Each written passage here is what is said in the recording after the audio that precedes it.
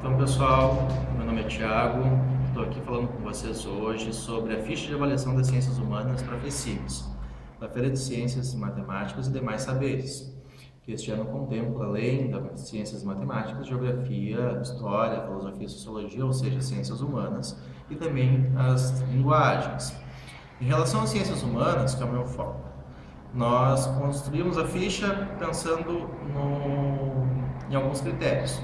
O primeiro deles, em relação à apresentação oral, ou seja, em relação ao aluno que está ali apresentando no momento da feira, no momento local da apresentação. São três critérios deste tópico. O primeiro deles, se a apresentação é clara e fluente, ou seja, se o aluno que está falando tem clareza, tem fluência naquilo que foi desenvolvido, a forma como ele está se expressando. O segundo é em relação à norma culta da língua que ele está utilizando, ou seja, como ele está desenvolvendo a sua fala, a sua linguagem, se ele mantém um padrão, que é a modalidade padrão de norma culta, né? O terceiro, se aquela experiência que está sendo apresentada, se ela é interessante, se ela causa interesse, se você que está aí avaliando ele, se isso te desperta algum interesse, ou seja, é importante que isso também fique claro, né? Que fique, embora seja subjetivo, né? Você vai perceber na medida que está avaliando se isso realmente é interessante. Tá? O nosso segundo grupo de observações a serem avaliadas é em relação à apresentação escrita, ou seja, e visual, do banner que vai estar ali junto da amostra daquilo que foi desenvolvido.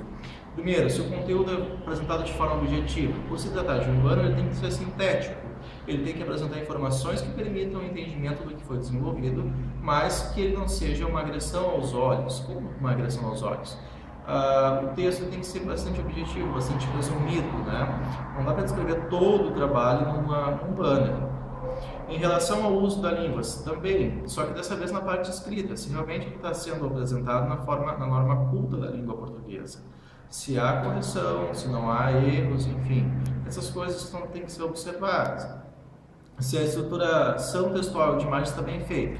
Um banner, ou espera-se de um banner, ele tem uma parte escrita, mas também tem uma parte visual. Se ele demonstra visualmente aquilo que foi desenvolvido, se ele representa isso, ou seja, é necessário que contenha imagens. É muito importante que isso fique representado. E se há multimodalidade, ou seja, se tem mais de uma forma de apresentação, se essa forma, se ela cumpre o seu papel, ou seja, se não é apenas se um complementa o outro de fato, ou se é apenas para cumprir os requisitos da multimodalidade. Pode ser que esteja sendo apresentado em outro formato, não só um banner, mas enfim, uma outra forma de apresentação que não seja só oral e a escrita.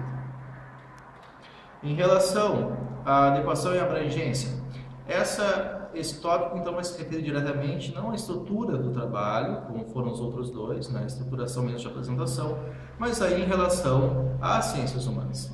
Então, o primeiro ponto, o que foi desenvolvido realmente é das ciências humanas? É a pergunta que deve se fazer para fazer esta avaliação. E se é das ciências humanas, em que ponto, ou como que eu pontuo de 6 a 10, né? Se ela realmente é eminentemente ciências humanas ou se ela passa pelas ciências humanas, mas abrange outras áreas. Então, isso que é importante. Dentro das ciências humanas, inclusive, se for interdisciplinar dentro das ciências humanas, ótimo, né? Em relação à idade e adiantamento.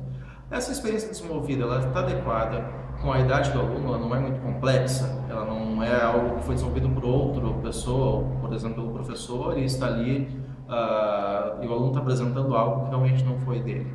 E também se aquele conteúdo que está sendo apresentado é adequado com a série do aluno. A gente sabe que em cada série tem um conteúdo que é desenvolvido, então isso tem que ser levado em consideração.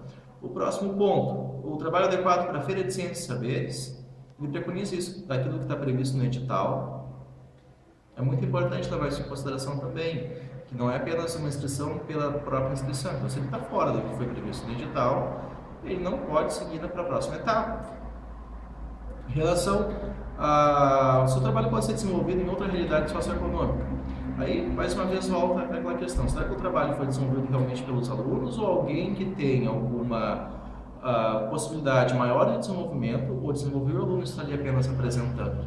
Então, isso é importante ser levado em consideração. Outras pessoas com realidades socioeconômicas diferentes podem desenvolver este trabalho? Esta é a pergunta que deve ser feita. se ele é possível de ser desenvolvido, em qual grau ele pode ser desenvolvido em outra realidade socioeconômica, né? Então, por isso que vai a noção de 6 a 10 também para fazer esse tipo, essa arguição, né? No próximo vídeo eu demonstro para vocês o teor do trabalho e questões conceituais. Obrigado por enquanto.